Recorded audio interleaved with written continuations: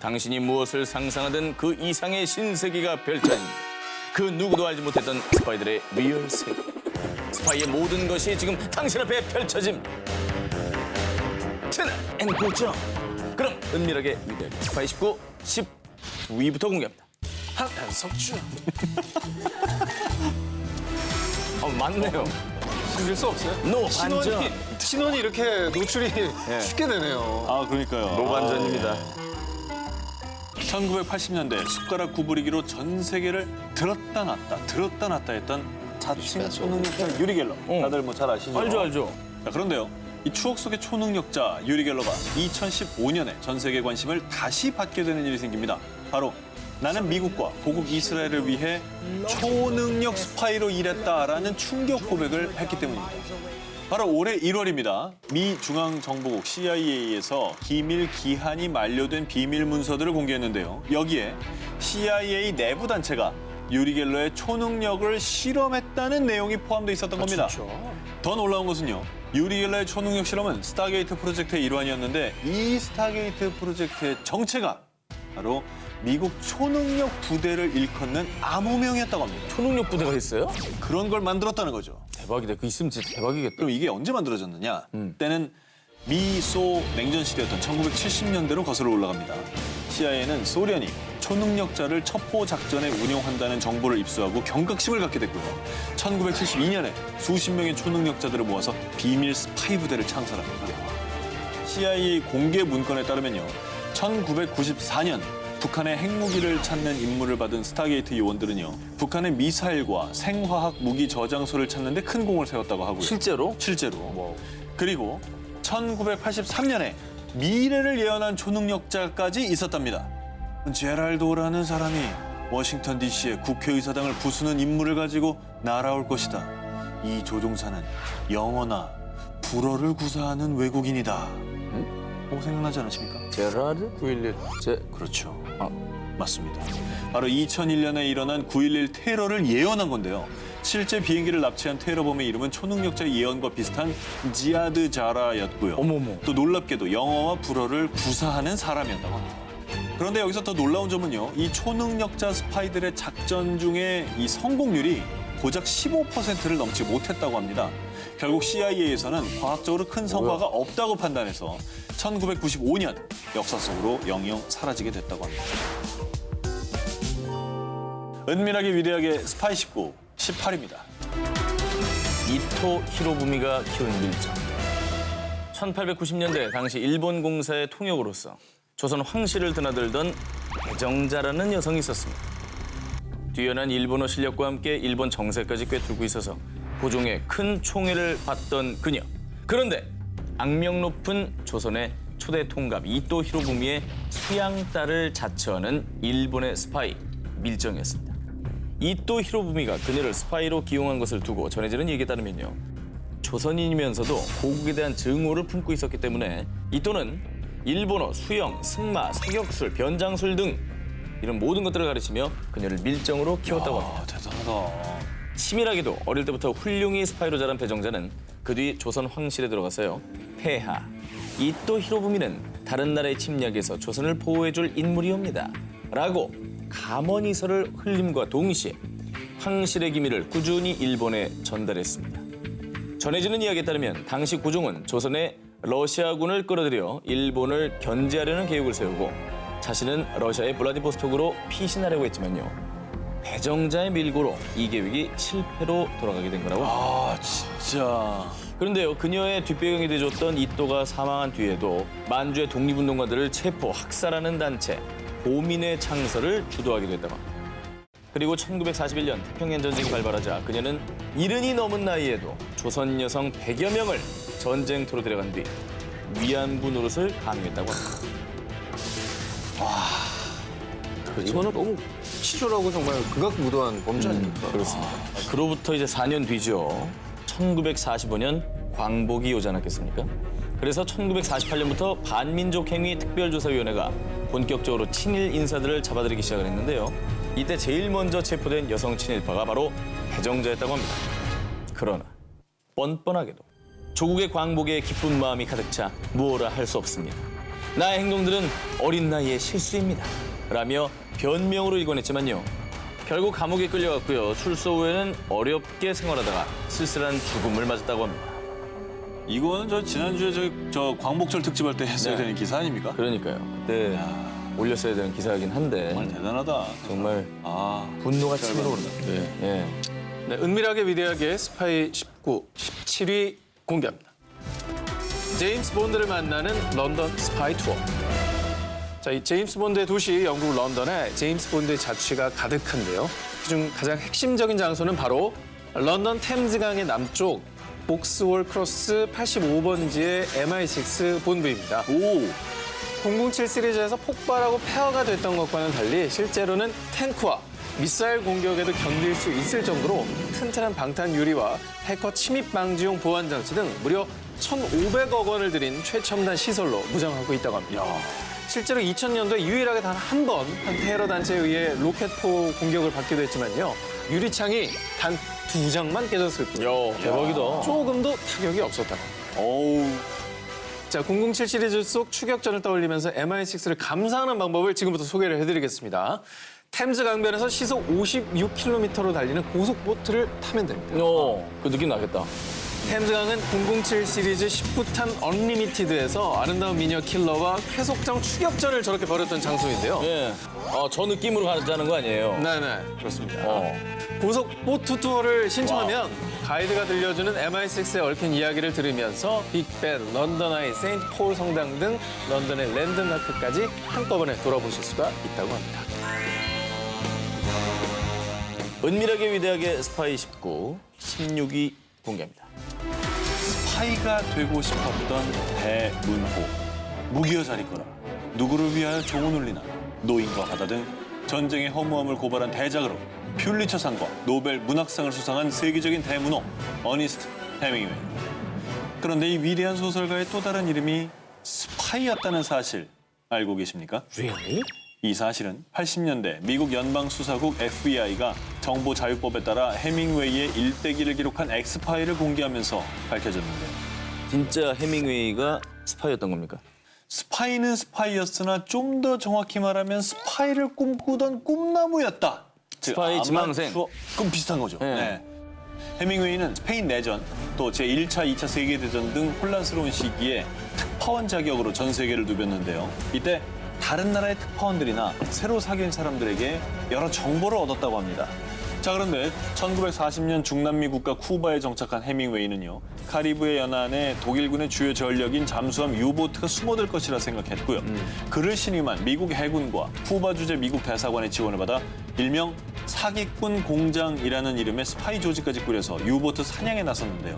이 사기꾼 공장의 멤버들은 황당하게도 밀수업자, 바텐더, 노름꾼, 술 주정뱅이들로요. 서로 자기 자랑하기 바빴고요. 심지어 해밍웨이조차 바에서 모히또 한 잔 시켜놓고 이봐 바텐더, 내가 전에 시킨 일은 어떻게 잘 돼가? 이렇게 보란 듯이 큰 소대 소리로 연기다. 작전을 지시하곤 했다는데요. 진짜 스파이가 아니라 동네 바보였군요, 해밍웨이가. 결국 이 일들이 FBI의 귀에도 흘러들어갔고요. 그래서 당시 국장이었던 에드거 후버는 결국 1943년에 사기꾼 공장에 해체를 명령합니다. 그러나 자신의 유보트를 발견하면 FBI에서도 마음을 돌릴 거라고 생각해 왜 이래? 자신의 낚싯배 필라르호를 끌고 카리브해로 항해해 저렇게 나섰지만 진짜 나간 거예요? 역시 별 소득 없이 장렬하게 끝나버립니다. 그리고 그 뒤 1952년에 소설을 발표하는데 그 작품이 바로 바다 위에서 노인과 청새치와의 대결을 통해 자연의 위대함을 그린 역작 노인과 바다라고 합니다. 다전적 소설이네. 끊임없이 유보트를 찾아 헤매던 자신의 얘기를 쓰고 그렇죠. 은밀하게 위대하게 스파이 19, 15위 공개합니다. 딸기와 사랑에 빠진 스파이. 전 세계 딸기 보급에 혁혁한 공을 세운 한 명의 스파이가 있습니다.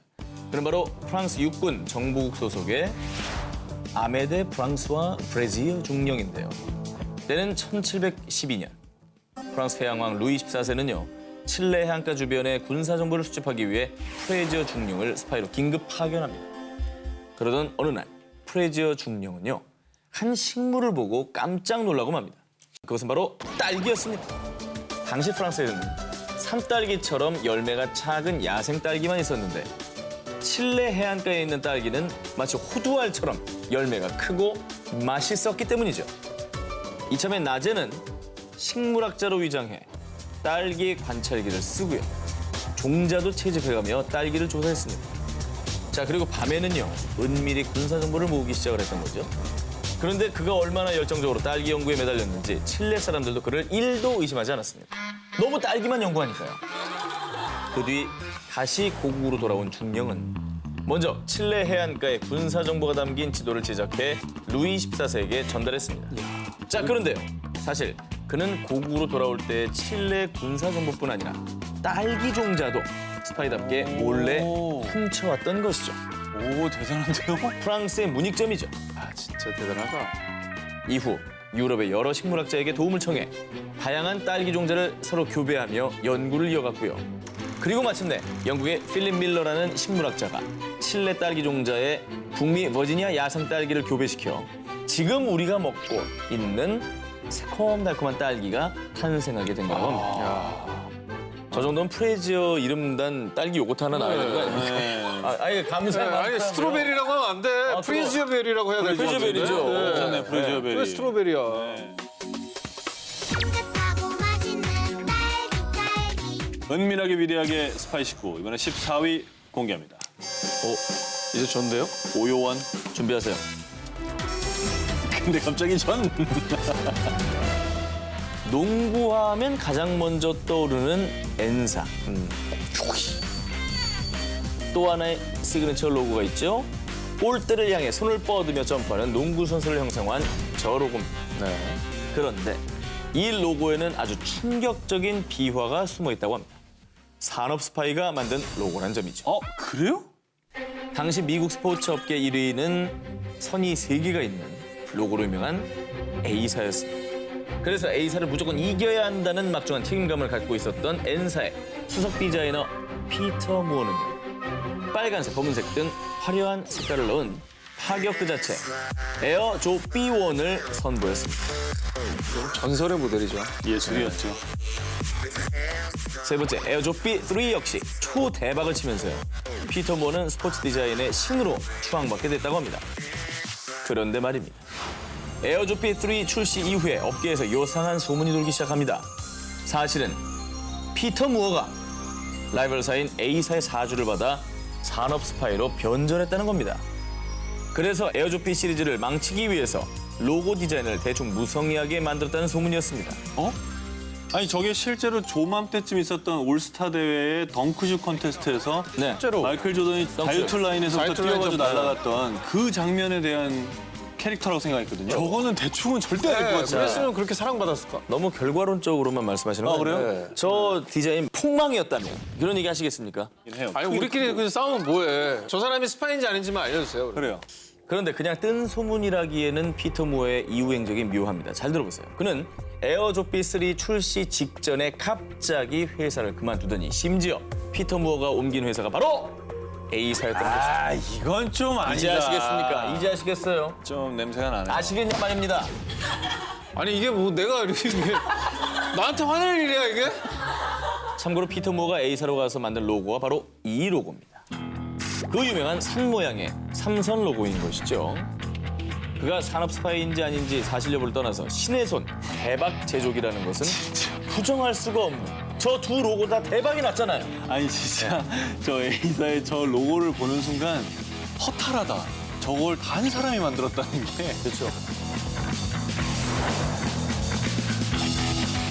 은밀하게 위대하게 스파이 19 13입니다. 영화를 뛰어넘는 스파이 드라마.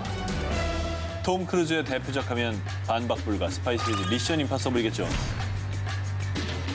그런데 말이죠. 전 세계를 열광에 빠뜨린 이 초대박 히트작이 드라마 리메이크작이라는 사실 알고 계셨습니까? 진짜? 몰랐어요. 바로 1966년에 방영된 동명의 TV 시리즈 미션 임파서블이 그 원작인데요.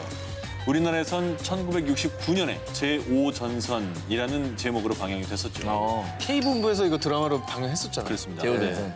그래서 영화 미션 임파서블의 대표 변장술인 얼굴 가면도 드라마 제5전선에서 먼저 등장한 기술이고요. 또 드라마 속에서 요원들에게 임무를 전달한 뒤 5초 뒤 자동으로 폭파된다. This tape will self-destruct in 5 seconds. 라는 멘트와 함께 꽝 터지던 녹음기. 이 지령 전달 방식은 영화 미션 임파서블에서도 똑같이 사용됐고요. 테이프, 공중전화, 선글라스, 레코드판까지 매 시리즈마다 발전하는 지령 장비를 보는 재미도 쏠쏠했는데요.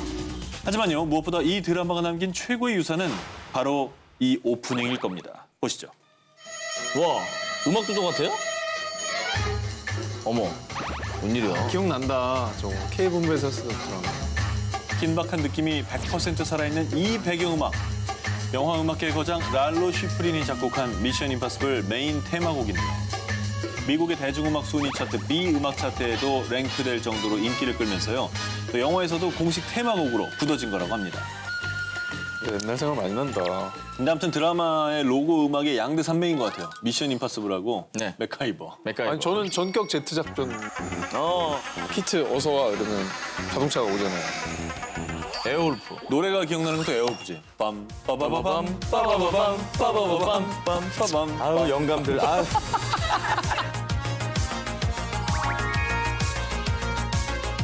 은밀하게 위대하게 스파이 19 12위 공개합니다. 진정한 스파이가 되는 방법. 뛰어난 위장술, 중요한 정보를 캐치하는 판단력, 재빠르게 적을 제압하는 기술과 체력까지. 진정한 스파이가 되기 위해서는 갖춰야 할 필요 조건이 한두 가지가 아닐 텐데요. 진정한 스파이의 세계, 스파이의 훈련 방법. 저 한 기자가 오늘 살짝 공개해드립니다. 스파이에게 무엇보다 중요한 훈련은 역시 은닉, 변장술, 심리전 등이라고 합니다. 그런데 여러 변장술에도 적에게 들켜서 붙잡혔을 때 이때 탈출하는 방법 역시 필수 훈련 내용인데요. 지금 팔이 묶이고 있네요. 어우, 저거 못 푸는데, 저거. 어우, 저 절대 못 풀어, 저거. 자, 저 신발끈을 풀렀죠. 정말? 네. 어머. 어머, 어머, 어머. 풀린다고? 어머머! 저렇게 쉬워? 아, 본인 신발끈에 그걸로 이용해서 저걸 끊어버리네요. 패들질 금방 하라고? 풀리죠. 네. 지금 보시는 이 영상은 전직 CIA 요원 제이슨 헨슨이 선보인 탈출법인데요. 어머머. 아, 옛날에 한번 저거 묶어본 적이 있거든요, 방송에서. 근데 절대 어떻게도 안 나오더라고. 이게 빼려고 할수록 더 쪼여요. 그치. 되게 아프잖아요. 되게 아프죠. 아프고. CIA의 전 요원이었던 린지 모란이 CNN과의 인터뷰에서 고백한 내용에 따르면요. 진정한 요원으로 거듭나려면 농장, 일명 The Farm으로 가야 한다는데요.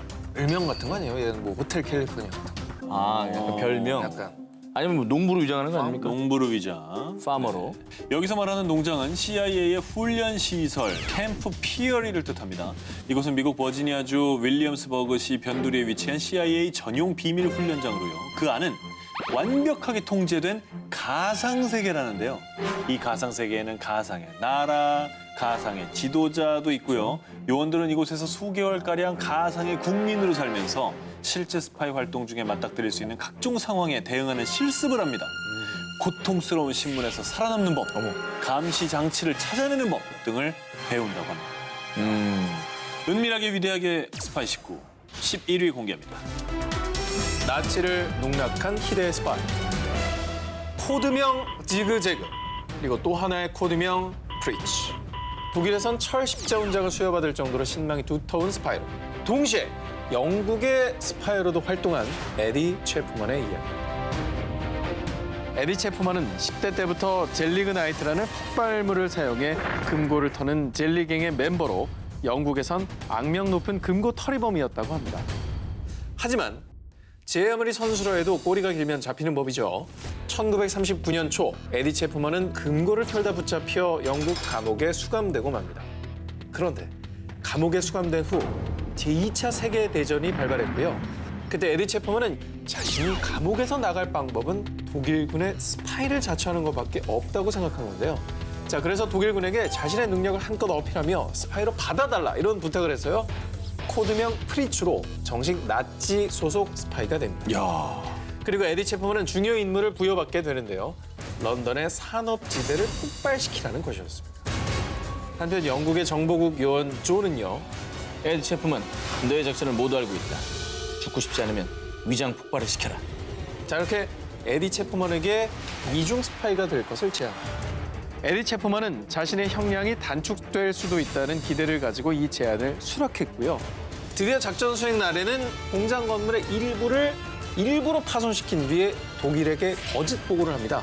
결국 영국의 스파이까지 맡게 된 에디 체프만은 영국에서는 코드명 지그재그로 활동하기 시작했고요. 본인의 행보랑 비슷하네요. 지금. 정말 영악하게도 그 지독하고 악랄한 나치를 감쪽같이 속인 에디 체프만은 결국 전쟁이 끝난 후 정말로 영국으로부터 과거 자신이 금고 털이범으로서 저지른 모든 죄를 사면받았고요. 심지어는 자신의 주특기를 살려 나치의 금괴를 대량으로 훔쳐 영국으로 밀반이 배웁니다. 그래서 남부러울 것 없이 행복하게 사시다가요. 1997년 83세를 일기로 생애를 마감했다고. Are you willing to go to England to attack a target for it? 어설픈 스파이의 정체는 인도 모모? 캄캄한 어둠을 뚫고 마들렌이라는 아무명을 가진 한 여성 스파이가 나치에 점령당한 프랑스로 잠입합니다. 그녀의 정체는 영국 특수작전국 SOE 소속의 무선 통신요원으로요. 나치 내부의 정보를 영국으로 전송하는 막중한 임무를 맡았습니다. 그런데 이 여성 스파이는 스파이답지 않게 어딘가 좀 어설펐습니다. 아주 조용한 심야 시간대 마치 동네 사람들 다 들으라는 듯이 영국 특수작전국의 전보를 치거나요. 밤에 막 타닥타닥타닥타닥 혹시 읽으면서 아니야? 자, 독일이 말이야. 영국의 한대 야이트다 한대 따닥닥닥 정말 자나깨나 보안이 생명인 스파이 치고는 너무나도 허술했는데요. 자, 그런데 그녀가 이렇게 다소 어설픈 데는 다 이유가 있었습니다. 아, 그래요? 사실 그녀의 본명은 누룬 니사 이나얏 칸으로요. 인도 남부 마이소르 왕족의 피를 이어받은 프린세스, 공주였던 겁니다. 아니, 공주가 왜 스파이가 되는 거예요? 공주가 네. 사연이 있습니다. 이 누르의 가족들은 프랑스 파리에 살았는데요. 1940년에 나치가 프랑스를 점령하자 그녀의 가족들은 영국으로 망명을 하게 됩니다. 그런데 이때 수많은 유대인들이 나치에게 갖은 학대와 고통을 받자 공주가 돼서 내 안위만 챙길 수 없어. 인간이 인간에게 저런 모진 짓을 할 수 없는 거야. 결국 영국에서의 안전한 삶을 포기하고 특수작전국의 지원에 무선요원 훈련을 받았던 것이죠. 생각만큼 굉장히 훌륭하시네요. 멋있네요. 네, 예. 멋있네요. 그런데 당시 독일의 비밀경찰 게슈타포의 뛰어난 추적 기술로 인력이 부족했던 영국 특수작전국은 교육을 미처 다 마치지 못한 신임 요원들까지 작전에 투입할 수밖에 없었고요. 그래서 적진에 급하게 투입된 누르는 스파이로서 당연히 미숙할 수밖에 없었죠.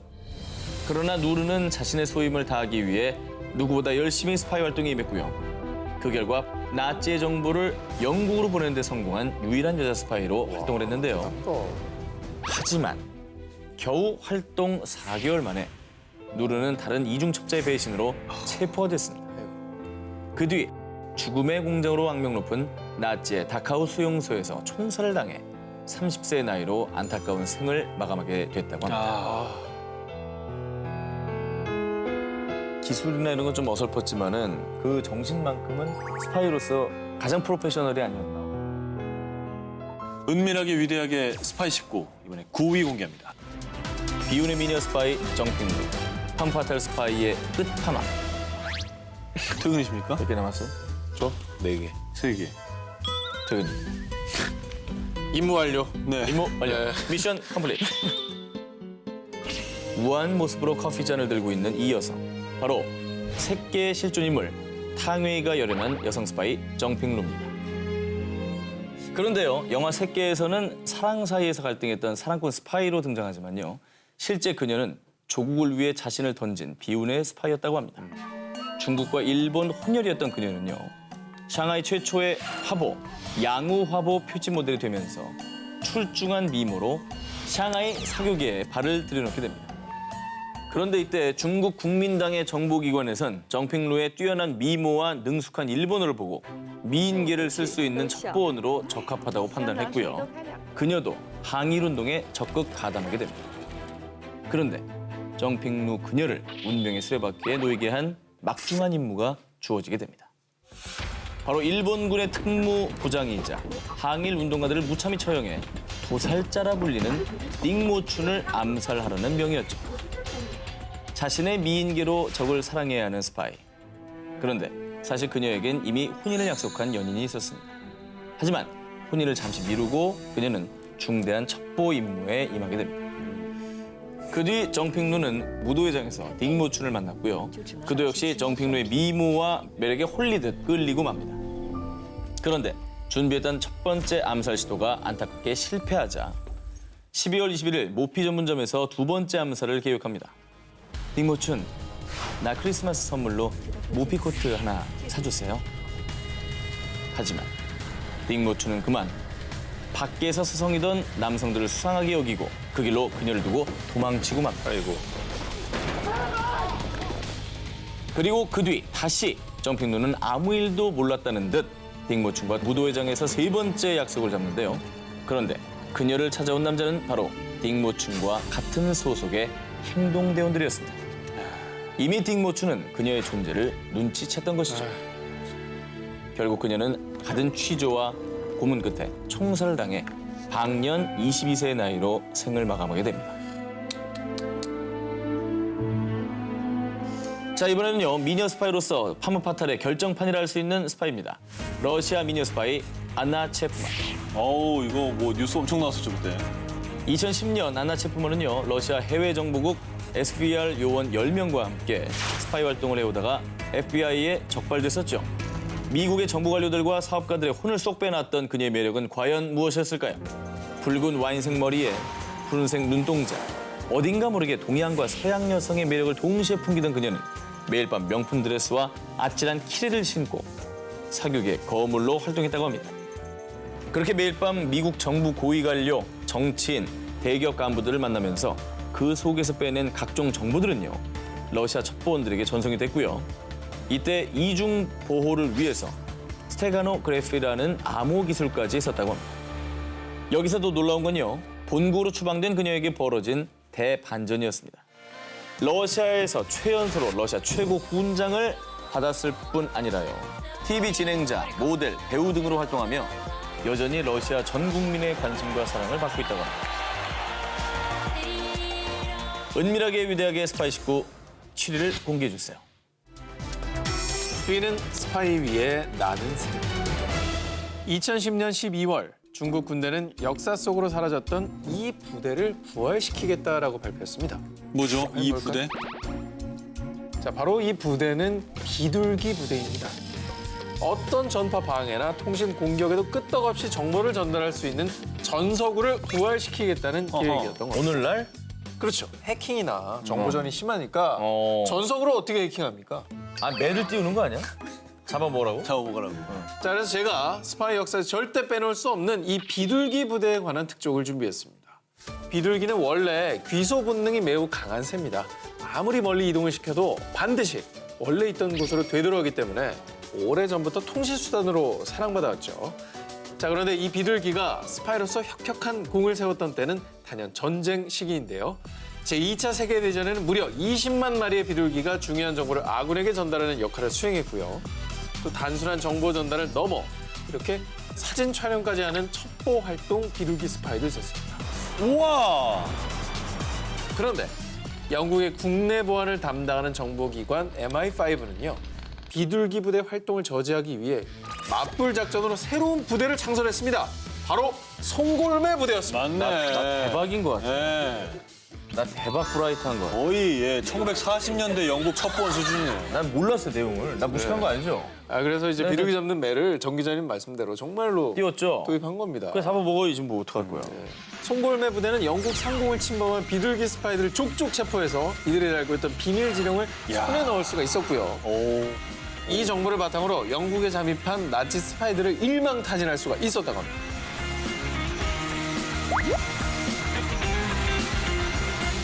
자, 은밀하게 위대하게 스파이 19, 이번엔 6위로 그랜마, The Secret Agent. 오호. 당신은 소련의 정보를 빼돌린 스파이 혐의를 받고 있습니다. 아니, 뭐요? 안 들려. 내 보초기 좀 가져와봐. 뭐라는 거요? 평범한 딸먹이 멜리타 노우두시는요, 무려 핵의 역사를 바꿔놓은 소련 KGB의 최정예 스파이. 할머니가요. 대박이다. 1930년 당시에 멜리타 할머니는 철 이외의 금속들을 연구하는 연구기관 영국 비철 연구협회에서 비서로 일하는 지극히 평범한 20대 여성이었습니다. 취업 후 얼마 뒤 평범하기만 한 멜리타와는 인연이 1도 없을 것만 같은 소련의 비밀 경찰 단체 KGB가 그녀에게 접근을 합니다. 자, 이게 어찌된 일이냐? 사실 그녀가 일하는 영국 비철 연구협회는요, 비밀리에 핵 연구가 이루어지는 곳이었습니다. 자, 그런데 사실 멜리타는 비밀리에 영국 공산당에 가입한 열성 공산주의자였다는 겁니다. KGB는 이 믿을 수 없는 행운에 기뻐하면서 멜리타에게 접근을 해서 스파이로 일해줄 것을 제안했고요. 그리고 그녀는 코드명 훌라라는 스파이로 다시 태어나게 됩니다. 그렇게 그녀는 핵 연구의 필수인 우라늄에 관련된 중요한 연구 정보들을 빼돌려 고스란히 소련에게 넘기게 됩니다. 그리고 1945년에는 아예 원자폭탄 제조와 직접적으로 관련된 서류를 넘겨서요, 소련이 원자폭탄 개발에 성공하는 데 큰 기여를 하게 됩니다. 대단하네. 자, 실제로 멜리타가 넘긴 정보 덕분에 소련의 원자폭탄 개발이 5년이나 앞당겨졌다고 합니다. 자, 그런데 정말 놀라운 점은요, 직장 동료들은 물론이요, 또 스파이 활동 중간에 결혼까지 했는데 남편은 물론 딸까지 그 누구도 그녀의 스파이 활동을 눈치채지 못했다는 겁니다. 덕분에 멜리타는 무려 40여 년 동안 스파이 활동을 무사히 이어나갔고요. 소련은 이런 멜리타의 공적을 인정해서요, 훈장을 기본 10여 년 동안 매달 20파운드의 연금까지 지급을 했다고 합니다.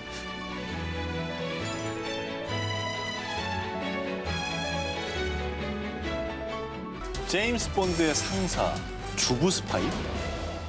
영화 007 제임스 본드의 상관이자 MI6의 국장 M, 1대 M 버나들리, 2대 M 로버트 브라운까지. 이때까지 모두 남자 상관이었는데요. 1995년작 007 골든아이부터는요, 세계적인 여배우 주디 덴치가 M을 연기합니다. A bean counter more interested in my 이때 이 여성 상관 M의 실제 모델이 된 인물이 있습니다. 바로 매력적이었어. 전 MI5의 여성 수장 스텔라 리밍턴입니다. 1967년에 지인의 소개로 MI5의 임시직에 고용이 된 건데요. 적극적인 태도로 일하면서 내부에서 점점 인정을 받게 됐고요. 그 뒤에 정직원까지 되면서 그녀는 본격적으로 간첩, 반역, 테러리즘에 관련된 일들을 도맡아 하게 됐습니다. 그리고 그렇게 20년 넘게 MI5 요원으로서 활동한 결과 결국 1992년에 스텔라 리밍턴은 여성 최초로 MI5의 수장이 됐고요. 4년간이나 수장직을 지냈다고 합니다. 하지만 스파이의 수장이자 동시에 워킹맘으로서의 고충이 참 많았다는데요. 아이들이 아플 때도 회사 일을 뿌리칠 수가 없었습니다. 게다가 스파이 신분을 숨기고 활동했지만 혹여 딸들이 엄마를 대신해 해코지를 입지는 않을까 그치. 늘 노심초사의 마음으로 지냈다고 합니다. 늘 불안하죠. 그럼요. 재밌는 부분이 네. 주부 스파이 스텔라 리밍턴의 활약에 힘입어 2015년 영국 정보기관 MI6는 주부 대상 취업 사이트에 스파이 모집 공고를 내기도 합니다. 저렇게 그냥 드러내고 해놨어요? 그렇죠.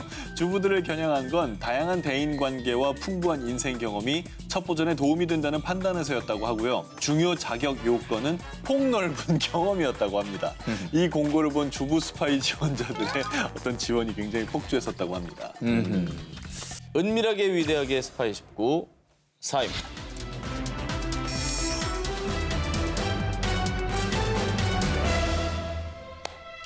이렇게 되면 이야 제가 2주 연속이군요. 저런 네. 뿌듯하네요. 이렇게 해서 저의 임무는 또 완료가 됐네요. 네네. 자, 2015년 청소년 관람 불가 영화로는 이례적으로 우리나라에서만 600만 관객을 돌파하면서 신드롬까지 일으켰던 스파이 영화가 있습니다. 바로 킹스맨입니다. Make it man. 멋있는 수트, 흥미로운 액션씬 외에도요, 눈이 휘둥그레지는 스파이들의 신무기를 절대 빼놓을 수가 없을 겁니다. 독침 기능을 장착한 슈즈는 기본 중의 기본이고요. 방패 겸 총으로 변신 가능한 첨단 우산. 그거 멋있었어요. 그리고 또 주인공 엑시가 양복점에서 킹스맨 본부로 이동하는 장면에 등장하는 이 이동 수단까지 무척 큰 화제가 되었습니다. 아유, 어디까지 가는 거야? 아 재밌었어. 자, 이 교통수단의 이름은 초음속 진공관 자기부상 열차 하이퍼루프로요. 실제로 2013년 미국의 전기자동차 업체 T사의 CEO 앨런 머스크가 고안한 아이디어가 영화에서 시각화된 건데요. 최고 시속 약 1200km의 속도로요. 서울에서 뉴욕까지는 단 2시간 만에 주파할 수 있는 이동수단이 된다는 건데요. 맨하탄에서 점심 먹고 올 수 있는 거네요. 그렇습니다. 2시간이면 네. 점심 약속할 수 있는 거예요, 뉴욕에서. 그러니까. 네. 내일 점심에 가? 그야말로 대단한 이동수단인 건데요. 자, 뿐만 아니라요. 스파이들이 몸 가까이 지닐 수 있어서 무기로 무한 애정하는 아이템도 있죠. 바로 시계입니다. 아하. 1986년작 블랙 문 라이징에서는요. 1급 비밀을 캐내는 도둑 터미리 존스가 시계 전문 브랜드 S사의 실존 모델인 U 시계를 착용했는데요.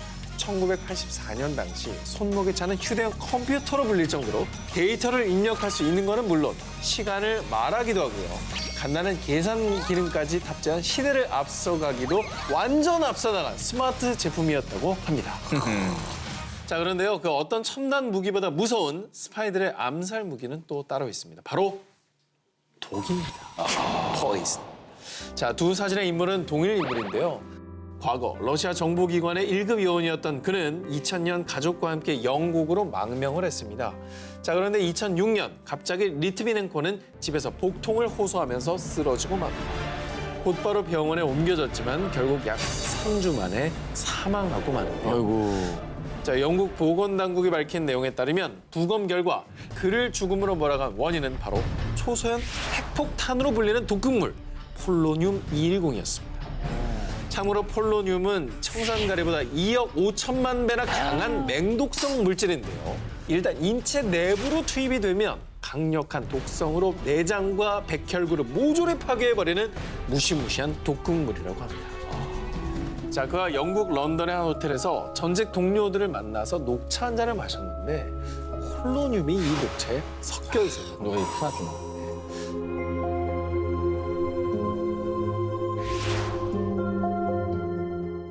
은밀하게 위대하게 스파이 19, 감춰져 있던 은밀한 스파이들의 세계를 파헤쳐보고 있습니다. 오늘은 한석준 기자 대 한석준 기자의 부도입니다. 자, 그러면 프리한 19 오늘의 1위 특종 후보를 만나보겠습니다. 역사를 뒤흔든 암호 전쟁. 모사드가 첩보계의 전설이 된 까닭은. 자, 그럼 은밀하게 위대하게 스파이 19. 저 한 기자의 왼손 1위 후보 공개합니다. 스파이의 세계에서는 보안이고 생명 아닙니까? 그래서 암호가 아주 중요한데요. 우리 기자들은 과연 스파이로서의 얼마나 자질이 있을까 테스트를 해볼 겸해 제가 아주 간단한, 이거 정말 간단한 거예요. 암호 하나 준비해봤습니다. 아, 왜 여기서도 문제를 내고. 문제 중 남자네. 이거. 저 암호를 해독해 주시기 바랍니다. TV에는 왜 이렇게 나한테 문제를 내는 거야, 도대체. 아, 여기까지 와서 이걸 풀라고 그래. 이거 한번 맞춰보고 싶어. 우리 한번 맞춰봅시다. 나 힌트 줘. 맞춰봅시다. 전 기자만 드릴까요? 나만 줘. 난 몰라. 난 주지 마. 난 몰라. 멋있다. 아, 잠깐만.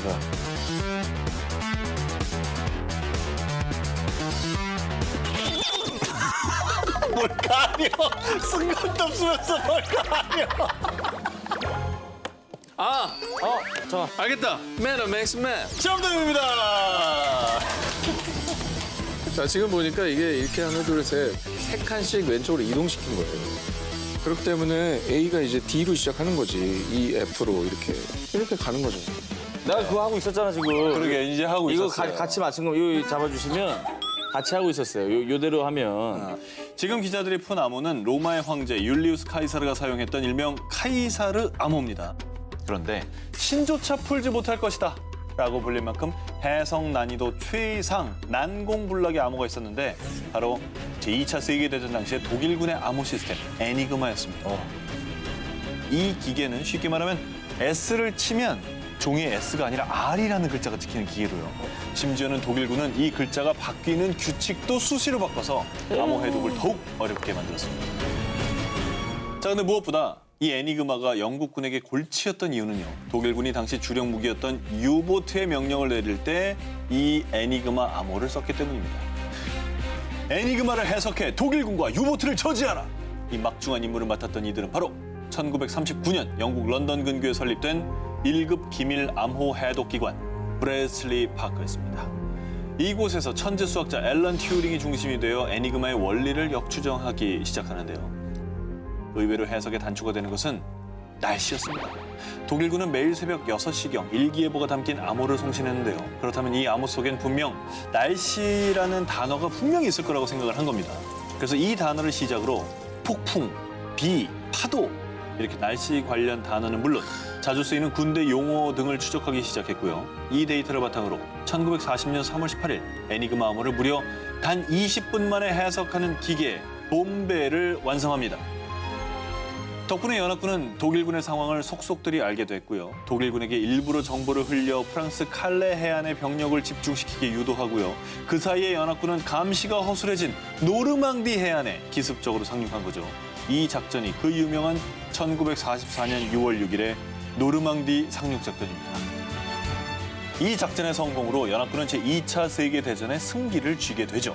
즉 연합군의 제2차 세계대전의 승리 뒤에는 애니그마와 암호 대결을 펼친 브래틀리 파크의 숭고한 노력이 있었습니다. 자, 이게 제 왼손 기사였습니다. 굉장히 훌륭하죠. 아, 훌륭해요. 네, 오른손 기사를 소개해드립니다. 좋은데요? 부에노스아이레스에 사는 리카르도 클레멘트는요. 일을 마치고 집으로 돌아오던 중 저 실례합니다. 라고 말을 거는 남자를 만납니다. 그런데 그 순간 주변에서 7명의 남자들이 쏟아져 나와서 클레멘트의 눈을 가리고 납치합니다. 이 모든 일이 벌어지기까지 걸린 시간은 단 30초. 클레멘트를 납치한 이들이 바로 이스라엘의 정보기관 모사드였습니다. 오로지 이스라엘의 안보를 위해 다양한 첩보 임무를 수행하는 기관으로요. 세계에서 가장 강력한 그리고 가장 은밀한 첩보 조직으로 유명한데요. 이 모사드에서 가장 심혈을 기울이는 임무 중 하나가 제2차 세계대전 당시 나치 전범과 관련된 정보를 수집하고 추적하는 일이었던 겁니다. 그리고 이런 모사드의 정보력과 집념의 결정체가 리카르도 클레멘트 체포작전이었습니다. 리카르도 클레멘트는 가명이고요. 이 사람은 사실 제2차 세계대전 당시 독일 나치의 친위대 장교 아돌프 아이히만이었습니다. 전쟁 당시 600만 명이 넘는 유대인 학살을 진두지휘하고 종전 후에 아르헨티나를 도망쳐 10년간 은신했는데요. 먼저 모사드에는 사야님이라고 불리는 전 세계 약 3만 5천여 명가량의 정보원이 있습니다. 아르헨티나에 아돌프 아이히만이 있는 것 같다라는 정보도 이 네트워크를 통해 모사드까지 전달된 겁니다. 1959년 마침내 법의학자들까지 동원해서 사진 속의 인물이 아이히만임을 확인한 모사드. 현장과 연기에 능한 요원과 위조 전문가, 자물쇠 전문가, 마취 전문가 등 다양한 분야의 정예 요원을 다시 선발해서요. 아이히만을 승무원으로 위장해 이스라엘행 비행기에 태운다는 플랜까지 완벽하게 세운 다음에야 아이히만을 덮쳤던 겁니다. 결국 계획대로 이스라엘로 압송된 아이히만은 1961년 예루살렘의 재판대에서 반인륜적 행위, 전쟁 범죄 등 15개의 죄목으로 사형 선고를 받았는데요. 이 작전을 통해 모사드의 첩보력은 세계 최고 수준이라는 사실을 전 세계에 과시했는데요. 지금 이 순간 세계 어딘가에서 모사드의 요원들은 나치 전범 최후의 흔적을 찾아 달리고 있습니다. 살인면허 스파이 19, 19위를 공개합니다. 뭐뭐를 위한 스파이? 자, 여러분 지금 현재에도 지구 상공에서 수많은 첩보전이 펼쳐지고 있다는 사실 알고 계십니까? 바로 일명 스파이 위성. 이 각국에서 쏘아올린 군사용 정찰 위성 이야기인데요. 실제로 미국의 크리스탈 정찰 위성은 약 250km 떨어진 우주에서 지구에 있는 신문의 글자까지 판독할 수 있다고 하고요. 우와. 그렇다면 정찰 위성은 이 시대에 꼭 필요한 무기, 또 전략 자산 아닙니까? 당연합니다. 네네. 자, 그럼 지금 제가 미국의 한 정찰 위성이 제대로 한 건한 중요한 사진을 보여드리겠습니다. 이게 어디죠? 호수 아니에요? 근데 땅이 넓어졌는데? 그러네. 네. 자, 사실 이 사진은요. 1961년 미국 CIA가 쏘아올린 정찰 위성과 2017년 독일의 레피드 아이 위성이 각각 네팔에서 두 번째로 큰 호수, 태화 호수를 촬영한 위성 사진인데요. 이야. 2019년 2월 한 국제 학술지에 실렸습니다. 영국 엘대학교 연구팀이 두 사진을 분석한 결과 현재 추세라면 110년 안에 태화 호수의 담수가 80%까지 사라질 수 있습니다. 라는 내용이 게재돼 있습니다. 1961년 폐와 호수 사진을 찍은 코로나 위성은 CIA에서 1959년부터 1972년까지 중앙아시아에 흩어져 있는 당시 소련과 중국의 핵무기 시설을 감시하기 위해 제작됐었는데요. 무려 90만 장에 달하는 위성 사진을 찍어 비밀 미사일 기지와 해군 기지를 찾아내는 등 정찰 위성으로서도 그 역할을 톡톡히 해낸 뒤 1995년 해당 사진들이 기밀이 해제된 겁니다. 근데 원래 저 목적으로 띄운 게 아닐 텐데. 핵무기 시설을 감시하던 정찰 위성에 담긴 지구를 위한 귀한 사진들. 앞으로도 생태계 연구를 위한 중요한 자산으로 활용되기를 바랍니다. 살인면허 스파이 19, 18위 공개합니다. 스파이의 소지품을 공개합니다. 지난해 4월 호주는 팬데믹 사태를 불러온 코로나19의 책임이 중국에 있다는 주장에 지지. 이후 코로나19 책임론에서 시작된 중국과 호주의 첨예한 감정 싸움은 무역 전쟁으로까지 번졌습니다.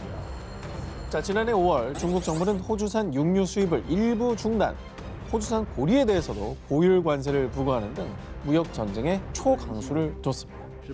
그러나 호주 스캇 모리슨 총리는요. 중국의 압박에 호주가 그동안 추구했던 가치를 바꿀 일은 없을 겁니다. 양국의 갈등은 극에 달했는데요. 그런 가운데 양국의 갈등에 불을 지핀 또 다른 사건이 발생했습니다. 일명 스파이 전쟁이 발발한 겁니다. 호주하고 중국은 굉장히 친밀한 관계였거든요. 근데 서로 스파이를 보냈다는 얘기예요? 지난해 6월 스캇 모리슨 호주 총리가 밝힌 충격적인 사실. 호주 내 여러 기관이 사이버 공격의 표적이 되고 있습니다. 당시 호주 다수의 매체에서는 사이버 공격을 한 주체를 중국으로 추정, 중국 스파이 관련 보도가 쏟아졌고요. 얼마 뒤 호주 안보정보국과 연방경찰이 중국 스파이 연관 의혹으로 호주 뉴사우스웨일스주의 사케 모슬만 상원의원에 대한 압수수색을 펼쳤다는 소식도 전해졌습니다. 야, 상원 의원인데 스파이 혐의라고요? 상원은 현직 의원을요. 아니 압수수색을 했다는 건 뭐 근거가 있다는 얘기 아닙니까? 뭐 아무한테나 허락해 주진 않겠죠. 그렇죠. 자, 이에 질세라 중국의 반격이 이어졌는데요. 중국은 호주 정보기관이 해외에 거주 중인 중국인을 포섭, 호주 캔버라 인근 스완섬에서 전문적인 첩보 기술을 훈련시킨 뒤 중국으로 돌려보내고 있다고 주장한 겁니다. 그리고 지난해 6월 중국은 그 증거로 2018년 색출한 호주 스파이의 소지품 사진을 공개했습니다. 일단 뭐라고 생각했어요? 스파이 소지품이요? 네. 위조 여권. 어허. 그렇죠. 그리고 뭐 변장, 가발. 중국이 공개한 은밀하고도 비밀스러운 호주 스파이의 소지품을 살펴보겠습니다. 자, 중국 상하이 지하철 노선도와 나침반, 와, 또 약간의 현금과 USB, 수첩, 장갑이 있었습니다. 하나도 못 맞췄네. 아니 저거는 여행객은 누구나 들고 있는 거 아니에요? 아, 여행객이라뇨. 저건 스파이가 아니라 그냥 나침반은 좀 수상하죠. 나침반은 요새 뭐 핸드폰에도 있는데 뭐. 아니, 나침반에 그 GPS 다 따르는 게 어떡하려고 그래요? 네. 아, 근데 이게 다가 아니고요. 수첩에 내용이 있습니다. 그래요? 자, 수첩에는요. 임무와 관련된 주소들이 영어로 적혀 있었다고 전해졌습니다. 주소가 아직 명확한 진실은 밝혀지지 않았는데요. 자, 무역 전쟁을 넘어 스파이 전쟁으로까지 이어진 중국과 호주의 대립. 과연 이 전쟁의 끝은 어디일까요? 살인면허 스파이 19, 17일 공개합니다. 트럼프는 러시아가 만든 스파이다? 지난 1월 발간된 책 미국의 타협된 정보에 담긴 충격적인 폭로. 트럼프는 러시아가 40년 넘게 공들여 키운 정보 자산입니다. 40년이나? 바로 소련의 국가보안위원회 KGB 소속이었던 유리 슈베츠의 주장이었습니다. 오, 꽤 이름 있는 분 아니에요, 이름?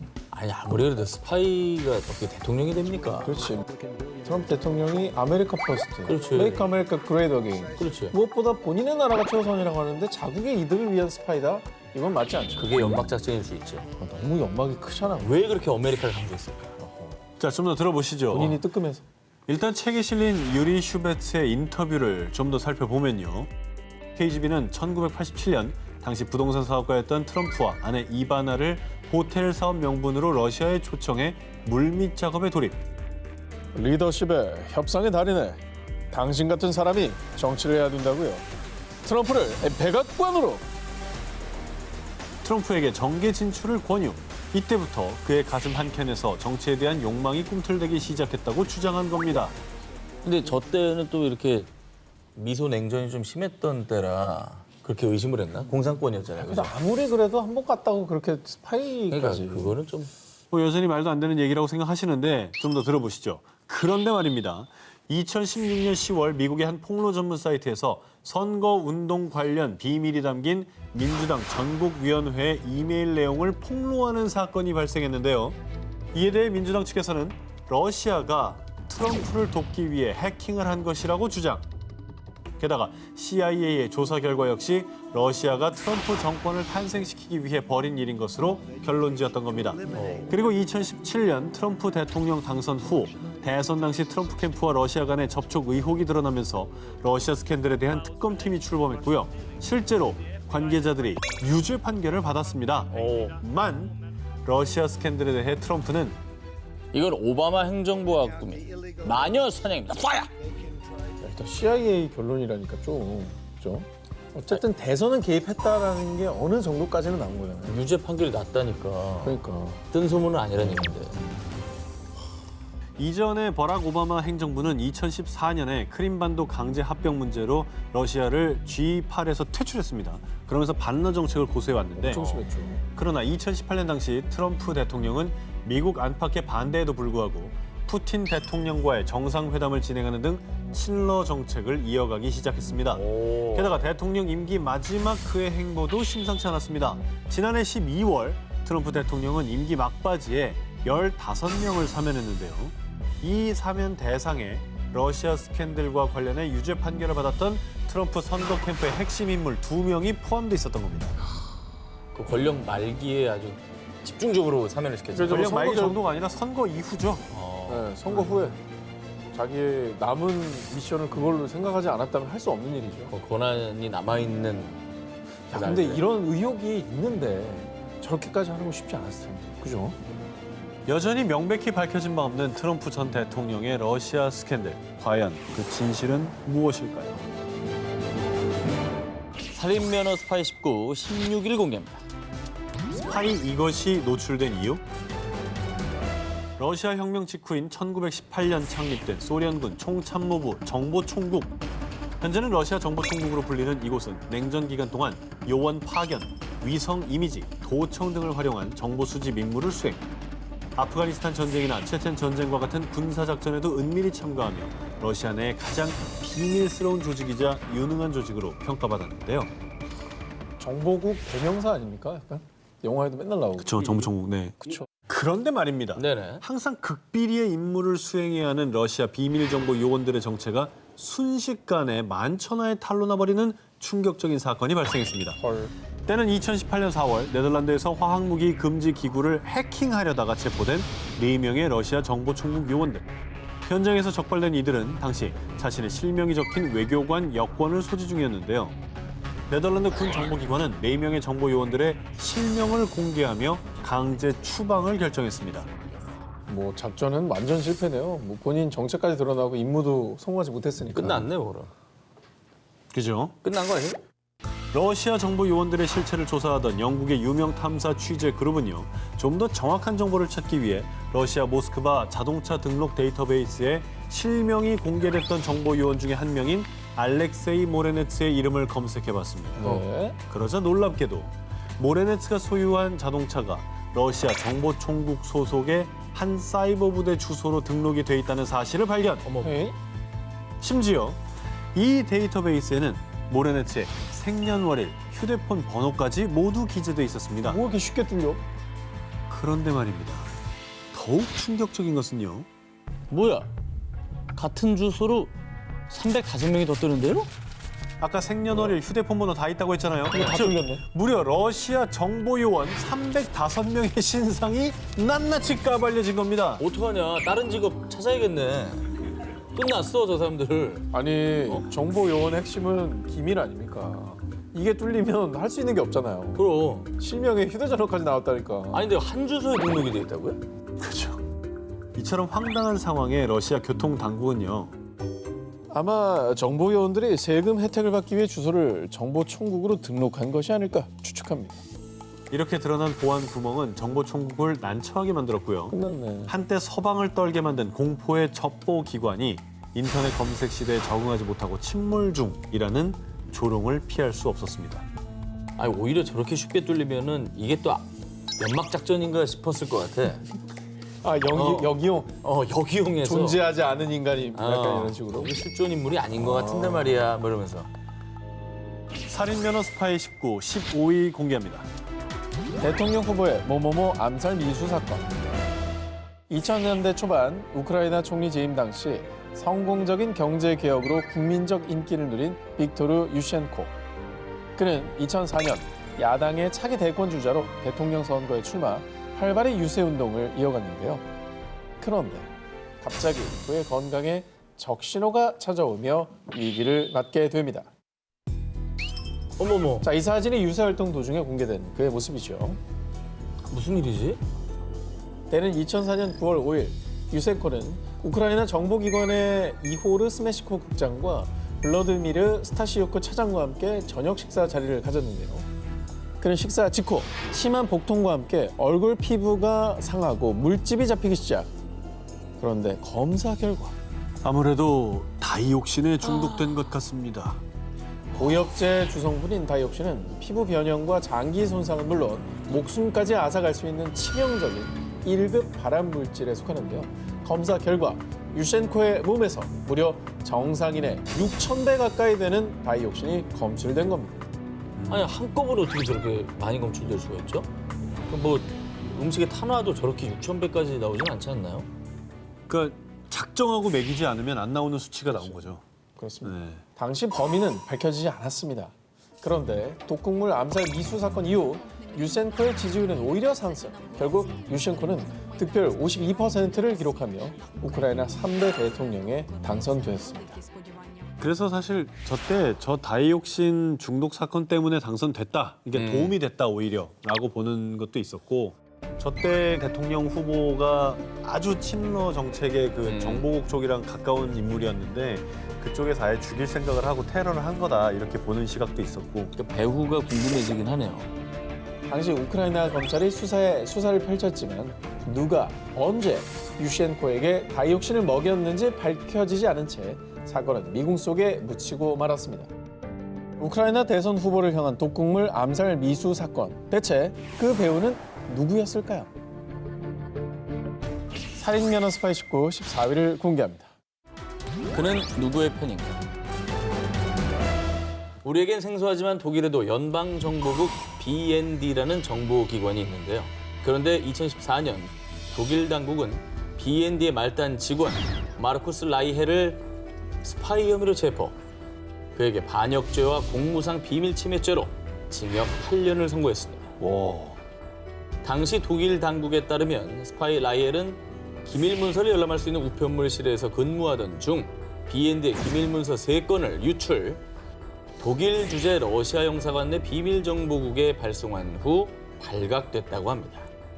그러면 독일 정보국의 내부 정보 이런 게 유출되면서 보안이 뚫렸다는 거 아닙니까? 그렇죠. 근데 이제 그 안에 무슨 내용이 있느냐가 중요한데 네. 아까 말한 것처럼 막 스파이 명단 이런 거 있으면 아무 활동도 못 하게 돼 버리는 거니까. 갑자기. 그렇죠. 독일 입장에서는 뭐 난리 났네요. 큰일이지. 자, 그런데 말입니다. 이 사건엔 반전이 있었습니다. 라이헬의 정체는 사실 미국 중앙정보국 CIA의 스파이. 오, 3달이에요? 3달이 그러면?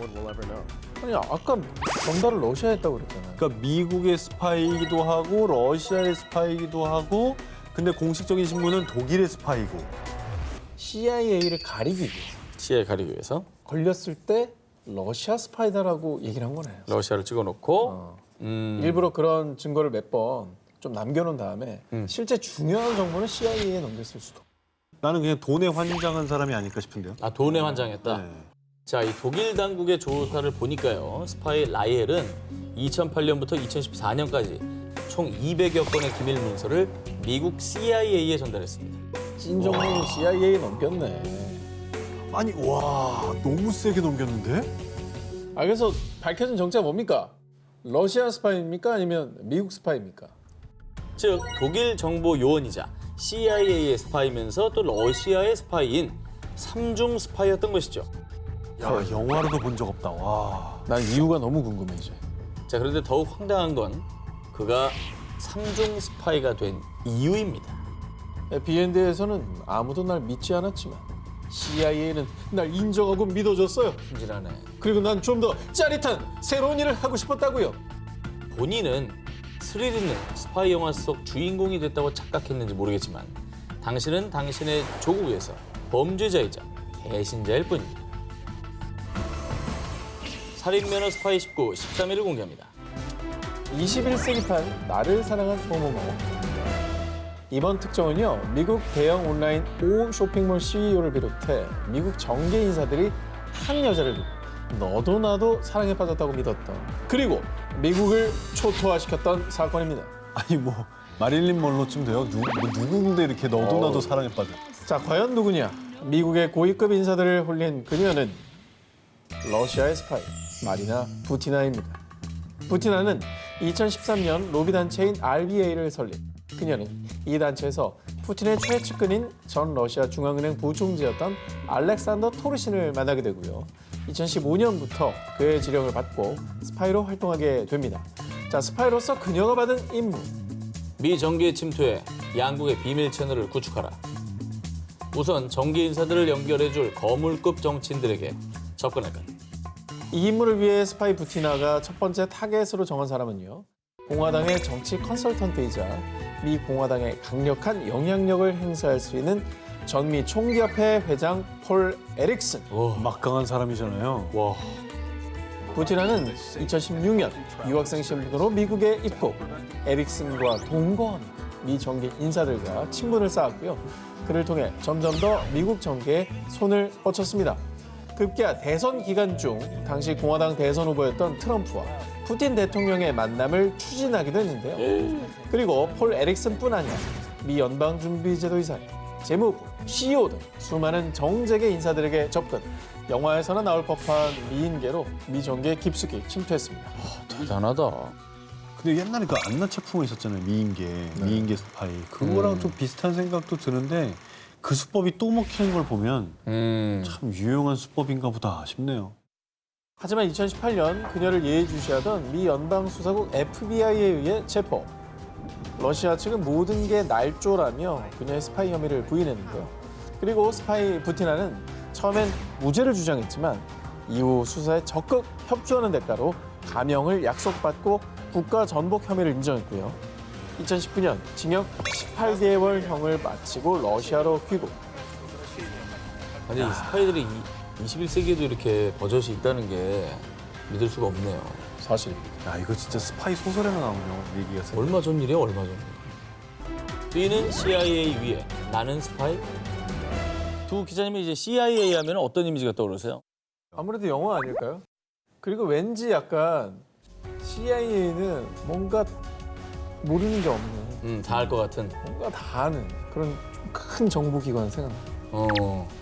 CIA 하면 미국의 국가정보기관입니다. 그런데 특수 공작을 담당하는 미국의 첩보기구인 CIA를 그것도 40년 가까이 감쪽같이 속인 스파이가 있었습니다. 심지어 그의 정체는 CIA의 전 직원. 웬만한 스파이 영화보다 더 영화 같은 한 남자의 첩보 이야기 지금부터 소개합니다. CIA를 40년을 속였다고요? 이야기는 1940년대 중국으로 거슬러 올라갑니다. 당시 중국 내에서 국민당과 공산당이 치열하게 다투던 국공내전 당시 외국어에 천부적인 재능을 가진 중국인 레리 우타이친에게 다가온 한 남자. 중국 공산당과 미국의 관계가 점점 소원해지는 게 안타까운 것 같아. 관계가 좋아지는데 기여할 수 있는 사람이 필요한데. 당시 친이 다니던 대학의 동급생 우쿠이밍. 그는 사실 중국 공산당 중앙연락부 소속 비밀 요원이었습니다. 갑자기 사명감 뿜뿜, 영어 실력도 되겠다. 미군 부대 통역관 경력도 있겠다. 본인이 적임자라 생각했던 친. 내가 해볼게. 중국 공산당에 대한 미국의 오해를 불식시킬 수만 있다면. 그때부터 친의 스파이 활약이 시작되는데요. 먼저 미군 부대 통역관 경력을 내세워 1948년 샹하이 주재 미 총영사관에 취직. 미국의 방대한 정보를 중국으로 유출하기 시작합니다. 스파이인 줄 모르고 친을 신임했던 미국. 친은 더욱 깊숙이 미국의 심장부로 파고드는데요. 한국전쟁 기간에 미 육군 통역관으로 활동한 친은요. 포로로 잡힌 중공군의 신문을 통역할 때 고의로 오역, 미군이 중공군을 반격할 기회 등 주요 정보를 알 수 없도록 꾸몄고요. 그리고 드디어 1952년에는 CIA가 운영하는 해외방송 정보국의 침투, 그리고 1970년부터는 미국 내 본부에서는요. CIA가 첩보기로 중국 본토를 정찰하고 있습니다. 번역 업무를 맡았던 그는 CIA의 비밀 공작 정보를 술술술 중국 측에 유출했던 겁니다. 근데 이거는 신원조에 어떻게 했어도 안 나왔을 것 같긴 하다. 엄청 조사할 텐데 털도 안 나왔다는 거는 진짜 완벽했나 보다. 자, 그의 활약은 이뿐이 아니었습니다. 1972년에는요. 리처드 닉슨 대통령 행정부가 추진하려던 대중정책 변화 내용까지 은밀히 중국 측에 넘겼습니다. 와, 남의 패를 다 알고 있게 해줬네. 하지만 이 사실을 몰랐던 미국은 친에게 공로 훈장까지 수여. 근데 이게 단계가 올라갈 때마다 신원조는 아마 했을 텐데 해도 그 사람 뭐 옛날에도 신원조 다 한 사람인데 뭐 이제 뭐 통과 이렇게. 1940년대 얘기니까 어디까지 가능할지는 좀 힘들죠, 사실. 중국에 무슨 학교 다니고 옛날이니까. 하지만 꼬리가 길면 잡히는 건 스파이 세계의 불변의 진리?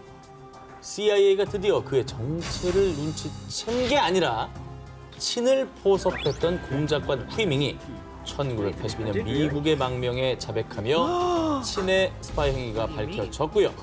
조사 끝에 1986년 간첩죄 등의 혐의로 기소된 친은 형을 선고받기 전 스스로 생을 마감했습니다. 야, 살인면허 스파이 19, 10일 공개입니다. 미 정계를 뒤흔든 유학생의 실체? 지난해 12월 미국 정계를 발칵 뒤집어 놓은 한 온라인 매체의 보도. 미국 정치인들 중국 미녀 스파이와 성관계. 그러니까 한두 명도 아니고 다수의 정치인과 연관이 돼 있어서 이게 일이 정말 커졌죠. 미국 정계를 쑥대밭으로 만든 중국 스파이의 정체. 그녀는 2010년대 초 캘리포니아의 한 주립대에 다니던 중국인 유학생 크리스틴 팡이었습니다. 해당 온라인 매체에 따르면 팡은 중국 정보기관 국가안전부 MSS 소속의 스파이였다고 합니다. 그녀는 캘리포니아주 내 정치인들과 가까워지기 위해서 대학 내 중국 학생연합회 회장으로 활동했고요. 심지어 아시아 태평양 섬주민 미국 공보국이라는 단체까지 만들어 회장직을 겸임. 의원님, 논의드리고 싶은 게 있는데요. 그 덕분에 정치계 인사들과의 인맥을 조금씩 넓혀나갈 수 있었다고 합니다. 미국은 이제 로비이스트 단체를 만드는 게 합법이다 보니까 저런 단체면 정치인과 만날 수가 있죠. 의도적으로 접근한 게 딱 티가 나네요. 그죠? 그렇습니다. 그리고 그녀의 첩보 대상에는 당시 여당이었던 민주당 인사도 있었는데요. 그중 그녀가 접근했던 것으로 알려진 인물. 당시 최연소 하원 의원이었던 에릭 스왈웰이었습니다. 2014년 스왈웰의 재선운동 당시 팡은 스왈웰 캠프에서 선거 자금 모금을 적극적으로 도우며 선거운동에 깊숙이 개입했다고 하고요. 그 밖에도 인도계 출신 로카나 의원, 하와이주 하원 의원이었던 털시 게버드 등의 선거 기금 모금을 돕는 등 정치계 사교의 여왕으로 군림했던 겁니다. 게다가 지금까지 조사된 바에 따르면 중서부 도시 시장 2명과는 육체적 관계까지 맺은 것으로 전해졌습니다. 어떻게 보면 이제 미국은 철저히 지방으로부터 올라가잖아요, 인사들이. 그러니까 시장이 또 주지사로 올라가고 그렇죠. 의회 의원들도 되고 상원에 뭐 나아가서는 대통령 후보까지 되는 거니까. 그러니까 빅픽처를 본 거네. 밑에부터 다 큰 그림을 그렸네. 그러나 그녀의 첩보 활동은 그리 오래가지 못했습니다. FBI가 MSS 소속 장교를 조사하던 중 그가 평범한 유학생 팡과 따로 만나는 모습이 여러 차례 포착됐던 겁니다. 허허. 근데 이게 쉽게 이렇게 뚫리네. 공개된 게 이 정도지 더 많을 수도 있겠어요. 그죠? 뭐 여러 가지 관계를 맺은 사람이 더 많을 수도 있죠. 네. 자, 그런데 말이죠. FBI의 수사망이 좁혀오자 2015년 팡은 하루아침에 종적을 감추고 말았는데요. 과연 그녀는 어떠한 목적으로 미국 정치인들에게 접근했던 걸까요? 살인면허 스파이 19 9위 공개합니다. 은밀하고 살벌한 리얼 스파이의 삶. 자, 여러분 혹시 영화에서만 볼 수 있었던 스파이들의 위장 인생과 그 실체 궁금하지 않으십니까? 자, 실제 미국 중앙정보부 CIA의 최연소 비밀요원이었던 아마릴리스 폭스가 은퇴 후 자신의 자서전을 통해 실제 스파이의 삶을 전격 공개했다고 합니다. 은퇴한 다음에도 그 회사 얘기를 못하는 뭐 그런 규정이 있지 않나요? 있죠. 비밀 유지 조약. 네. 있습니다. 이걸 어떻게 공개합니까? 네. 공개할 수 있는 부분을 얘기를 한 거죠. 좀 시시하겠는데요. 아니 초를 들고 다녀요? 팍팍 치네 아주. 와. 그럼 들어보세요. 들어볼게요. 일단. 네. 들어보세요. 한번 적어봅시다. 자, 전직 CIA 비밀 요원이 밝힌 리얼 스파이의 삶. 챕터 1. 빠밤. 비밀 요원으로 사는 법. 자, 비밀선언 첩보 작전 수행을 위해선 위장은 필수. 그 중에서도 그녀가 택한 직업은 예술품 거래사. 아하. 자, 범죄 집단들이 돈 세탁 경로로 예술품을 이용한다는 점에서 차관 약 10년간 샹하이와 파키스탄 등 10여 개국에서 임무를 수행했다고 합니다. 그리고 필요하면 동료 요원과 위장 결혼까지. 심지어 부부 요원들은 부부 관계는 정기적으로 하되 너무 규칙적으로 하지 말고 열정적인 관계를 갖되 너무 지나치게 열정적이진 말 것. 이렇게 부부 생활에 대한 지령까지 받는 거예요. 죄송한데 그 다신경 쓰면 부부 생활이 가능합니까? 자, 오늘은 여기까지. 이건 말도 안 되는 거죠. 별걸 다 신경 쓰네. 리얼 스파이의 삶 챕터 2 빠밤. 그들만의 은밀한 접선. 자, 영화를 보면 홍콩의 눈이 올까요? 뻐꾸기는 혼자 옵니까? 뭐 이런 암호 같은 거 등교해서 네. 대답하고 뭐 이러잖아요. 그런데 그녀의 책에 따르면 나와 연락하고 싶다면 별다방에서 라떼를 주문하세요. 전 세계인이 이용하고 있는 별다방의 기프트 카드를 활용. 정보원이 별다방 카드로 커피를 주문하고 라떼 금액만큼 잔액이 빠져나간 걸 확인한 뒤 24시간 뒤에 접선한다고 합니다. 와, 이제 우와. 별다방 가서 이제 라떼 시키면 안 되는 거예요? 아, 뭐 이렇게 단순해요. 별다방 가서 라떼 시키면 당신 뭐야?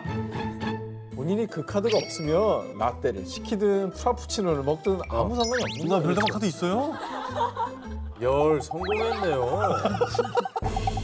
자, 리얼 스파이의 삶 챕터 3 빠밤. 스팅크. 스팅크? STINC. 이 스팅크가 뭐냐? CIA 요원들이 정보원들에게 하는 핵심적인 공식 질문들이라고 합니다.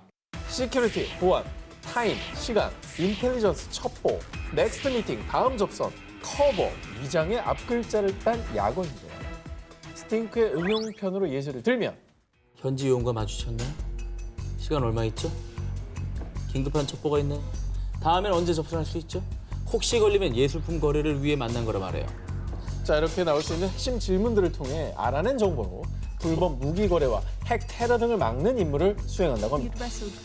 이런 첩보 활동이 지금도 다 일어나고 있다는 거 아니에요? 그렇죠. 어딘가에서 은밀하게. 그럼요. 우리랑 같이 별다방 커피 먹으면서 옆에서 그러고 있을 수도 있는 거잖아. 자, 리얼한 CIA 비밀 요원들의 이야기에 사람들은 신기한 반, 우려 반, 반응을 보이기도 했지만요. 자, 여러분 이건 어디까지나 저자인 폭스가 근무했을 때 얘기고요. 이건 뭐 계속 업데이트도 되고 또 방식도 바뀌었을 테니까 그냥 우리들끼리 쉬타는 걸로 약속합시다. 살인 면허 스파이 19 8위를 공개합니다.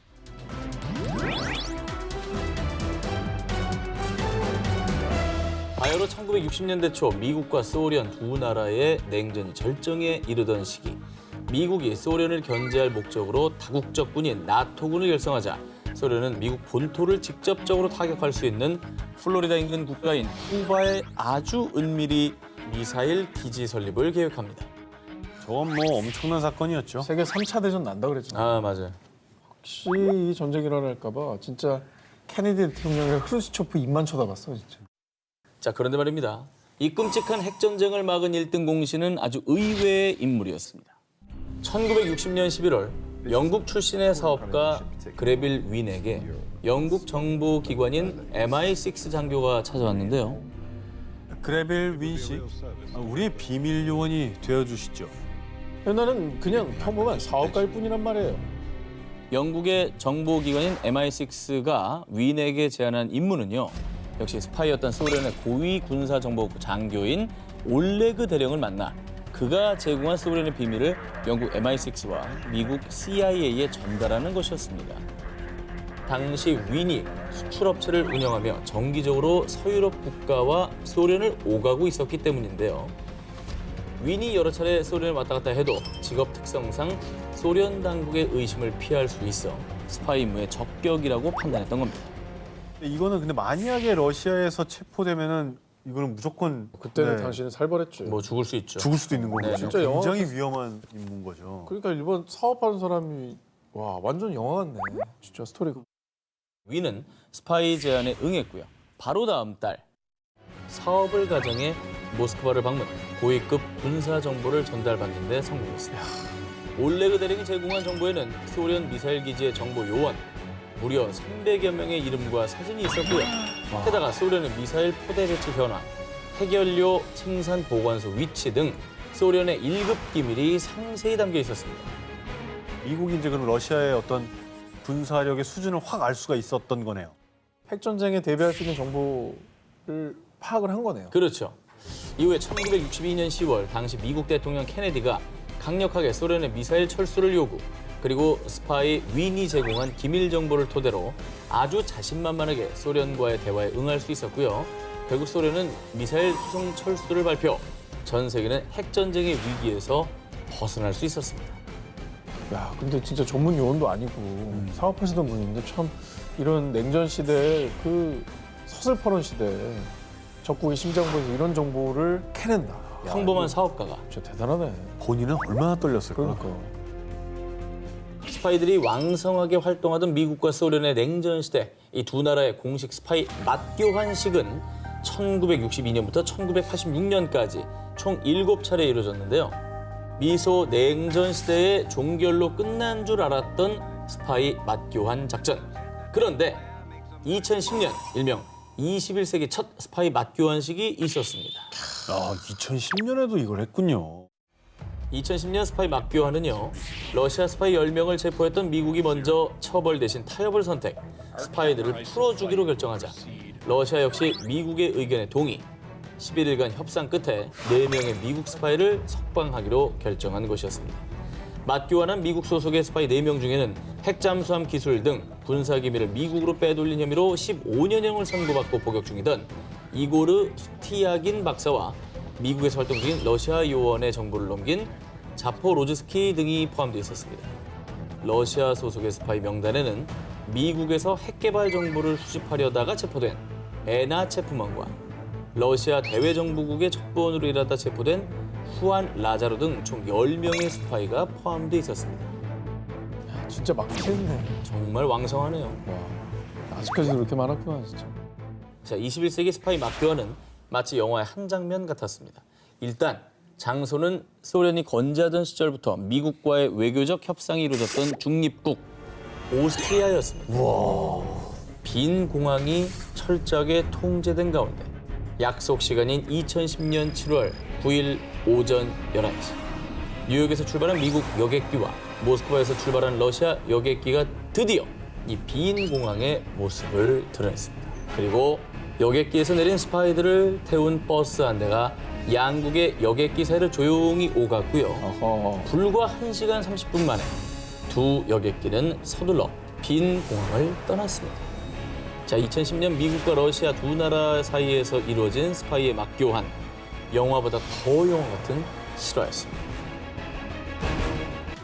미중 외교 싸움으로 번진 스파이 논란. 2020년 6월 미국 캘리포니아주의 한 대학교 연구원인 중국인 탕주안이 FBI에 체포되는 사건이 발생했습니다. 당시 FBI는 한 장의 사진 때문에 그녀를 중국 측 스파이로 의심했습니다. 중국 정보부 요원이라고 이미 알고 있는 누군가와 만나는 사진. 하하. 아, 접선하는 그런 거? 그렇지. FBI가 문제 삼은 사진은 바로 이 사진이었습니다. 이게 뭐 증명사진이잖아요. 그래요? 그때 제복이... 이거 중국 공무원들 증명사진은 뒤에 빨간 배경 저거. 네, 제복이잖아, 제복. 잘 보세요. 아니 제복이면 뭐 군인인가 보죠 뭐. 그러면 군인이 연구원으로 위장한 거예요? 군인이 탕주안의 사진이 문제가 된 이유, FBI에 따르면요. 그녀는 자신이 중국 공산당과 연루되지 않았다고 거짓말을 했습니다. 공산당 군대인 인민해방군은 해외 첨단 기술을 탈취하는 중국 스파이의 핵심 조직이라는 의혹을 받고 있는데요. 그래서 앞서 지난해 5월 당시 미국 대통령이었던 트럼프는요. 공산당과 연계된 대학 소속 중국인 학생, 연구원들에 대한 입국 금지 조치를 발표했습니다. 이후에 탕주안은 자신은 공산당과 연루되지 않았다며 미국 비자를 발급받았던 건데요. 하지만 FBI가 그녀의 집을 수색한 결과 탕주안이 인민해방군 제복을 입은 사진을 발견했고요. 뿐만 아니라 그녀가 자신을 중국 공산당 당원이라고 표기한 문서도 확인했습니다. 당원이라고 다 문제 삼는 건 그렇지만 그게 맞는데 그렇다고 인정한 게 아니라고 발뺌을 했었던 게 이게 좀 의심스럽네요. 자, 그런데 말입니다. 체포된 탕주환은요. 군이 운영하는 의과대학을 다녔기 때문에 제복 착용은 필수였다고요. 라며 제복 사진에 대해 해명했습니다. 하지만 그녀가 체포되기 직전 샌프란시스코 주재 중국 영사관에서 은신했던 만큼 미국은 그녀의 비자 사기에 중국 외교관의 협조가 있었을 것이라 추측했고요. 탕주환 이외에도 미국 내에 수많은 중국 스파이가 있는 것으로 판단. 결국 탕주환은 체포되고 다음 달인 지난해 7월 미국 국무부는 휴스턴 주재 중국 총영사관이 중국 스파이 정보센터라며 폐쇄를 명령. 2달 뒤에는 중국인 1000명 이상을 대상으로 비자 발급을 취소해버립니다. 이거 사태가 아주 심각하게 커졌습니다. 이 정도면은 더 이상 탕주환 개인의 문제가 아니고 이제 국가 대 국가로 싸움으로 번졌어요. 외교전이죠, 이제. 네. 어쨌든 이 안에 순수하게 공부하러 간 유학생도 있을 거예요. 있을 거예요, 예. 이게 너무 일관된 조치라 네네. 피해도 있을 수 있을 것 같거든요. 음. 네. 이에 대해서 중국 입장은 어땠습니까? 중국은 미국이 정치적 탄압을 하고 있다고 반발. 탕주환의 기소를 취하지 않으면 중국 내 미국인을 억류하겠다는 입장을 전했습니다. 눈에는 눈, 이에는 이. 청두 주재 미국 총영사관 폐쇄로 대응. 양국의 외교 갈등이 극에 달하며 논란은 여전히 현재 진행 중입니다. 살인면허 스파이 19 1위 후보 헤드라인 공개해 주세요.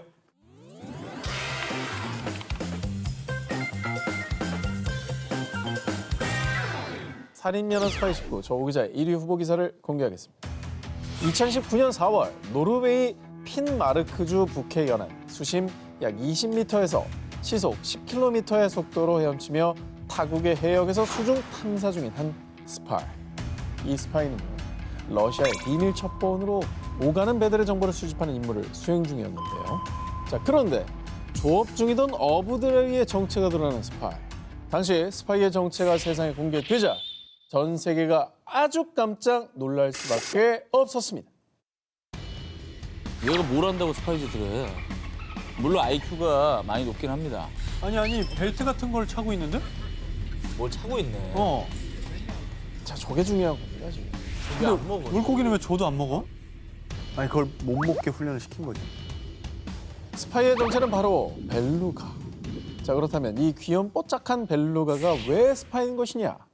보시다시피 벨루가의 목에는 양쪽에 카메라를 달 수 있는 특수 제작된 줄, 하네스가 묶여 있는데요. 하네스. 이 하네스를 자세히 보면 상트페테르부르크라고 적혀 있죠. 네. 맞네요.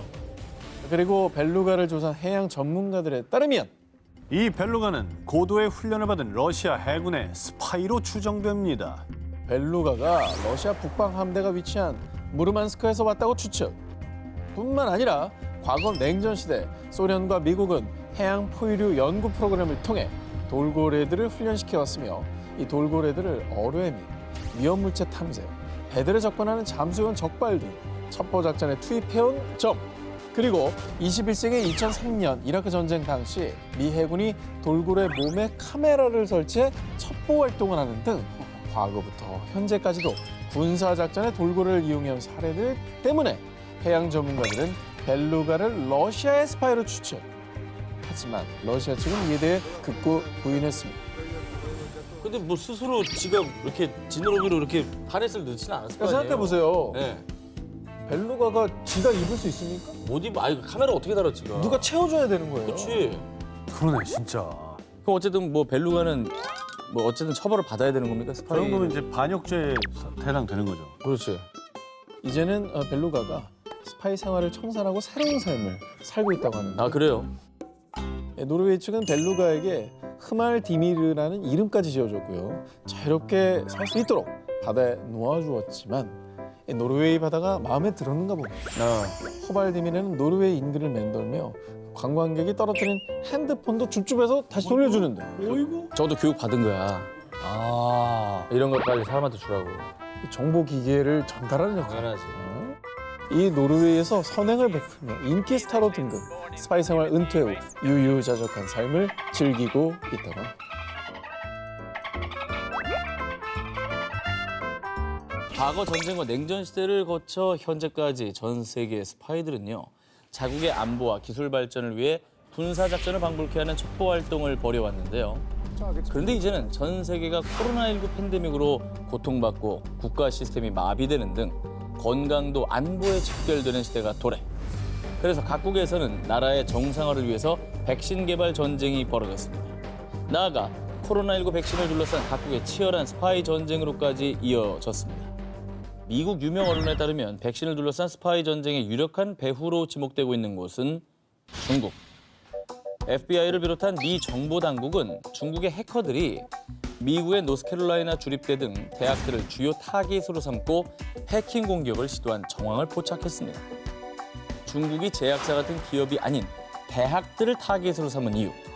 대학들의 취약한 보안 특성을 노린 겁니다. 미 정보 당국에 따르면 대학 연구진들은 연구 목적으로 백신 후보 물질과 항바이러스제 관련 자료를 공유하고 있습니다. 그래서 중국은 제약회사와 공동 연구를 진행하지만 제약사보다 해킹하기 용이한 대학들을 상대로 스파이 짓을 벌인 것이죠. 이거 뭐 공익적인 목적을 위해서 정보를 공유한 건데 그걸 노리고 또 스파이 짓을 한 거네요. 그렇죠. 코로나19 백신을 둘러싼 스파이 전쟁에 뛰어든 건 중국뿐만이 아니었습니다. 지난해 7월 미국, 영국, 캐나다 정부에 따르면 러시아 대외정보국 소속으로 추정되는 한 해커 집단이 당시 영국 A제약사와 옥스퍼드 대학이 공동 개발 중이었던 백신 자료를 노리고 해킹을 시도한 정황이 포착. 그리고 지난해 11월엔요. 북한의 해커들이 백신 정보를 빼내기 위해서 한국, 미국, 캐나다의 기업들에게 WHO를 사칭한 피싱 메일을 보낸 정황이 포착되는 등 각국에서 자국의 이익을 위해 혹은 세계 최초 코로나19 백신 개발이라는 타이틀을 거머쥐기 위해서 해커 세력들은 백신을 둘러싼 총성 없는 전쟁을 벌였습니다. 전례 없는 세계적인 위기 앞에선 한 국가의 이익과 욕심은 잠시 내려두고 인류의 평화, 또 다른 발전을 위해 함께 극복하고 공생해야 하지 않을까요?